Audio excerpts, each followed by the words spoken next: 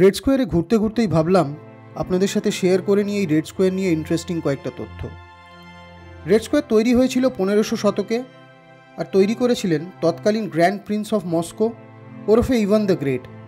রাশিয়ার ইতিহাসে রেড স্কোয়ারের গুরুত্ব বলতে গেলে মনে পড়ে যায় মাও সেতুংয়ের সেই বিখ্যাত উক্তি, political power grows out of the barrel of a গান।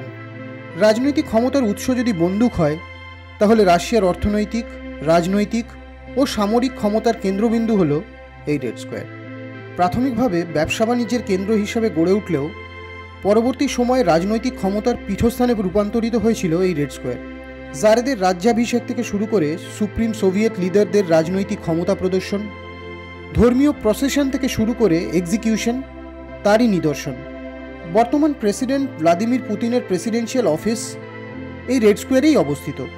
বহু ধর্মীয়, রাজনৈতিক ও সামরিক ঘটনার মেলবন্ধন ঘটেছে ঠিক এই জায়গাতেই। ধর্মীয় ঘটনার উদাহরণ হিসাবে বলা যেতেই পারে এখানের অন্যতম আকর্ষণ সেন্ট ব্যাসিলস ক্যাথিড্রালের কথা। 1600 শতকে এই ক্যাথিড্রালটি নির্মাণ করেছিলেন রাশিয়ার প্রথম জার ইভান দ্য টেরিবল, তার কাজান জয়ের স্মারক হিসাবে।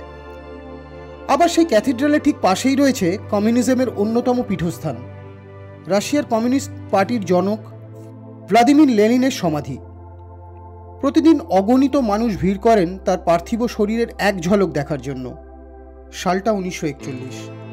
সারা বিশ্ব জুড়ে তখন চলছে দ্বিতীয় বিশ্বযুদ্ধ।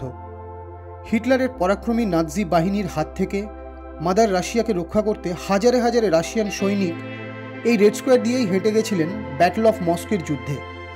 1945 সালে নাৎজি বাহিনীর বিরুদ্ধে রাশিয়ার জয়কে সেলিব্রেট করার জন্য প্রতি বছর 9ই মে এই রেড স্কোয়ারে অনুষ্ঠিত হয় ভিক্টরি ডে প্যারেড। রেড স্কোয়ারের ঠিক গা ঘেঁষে বয়ে চলেছে মস্কোভা রিভার। মস্কোর অন্যতম আকর্ষণ যেমন ক্রেমলিন, সেন্ট ব্যাসিলস ক্যাথিড্রাল, গাম স্টোর, স্টেট হিস্টোরিক্যাল মিউজিয়াম, টুম অফ দ্য আননোন সোলজার এখানেই অবস্থিত।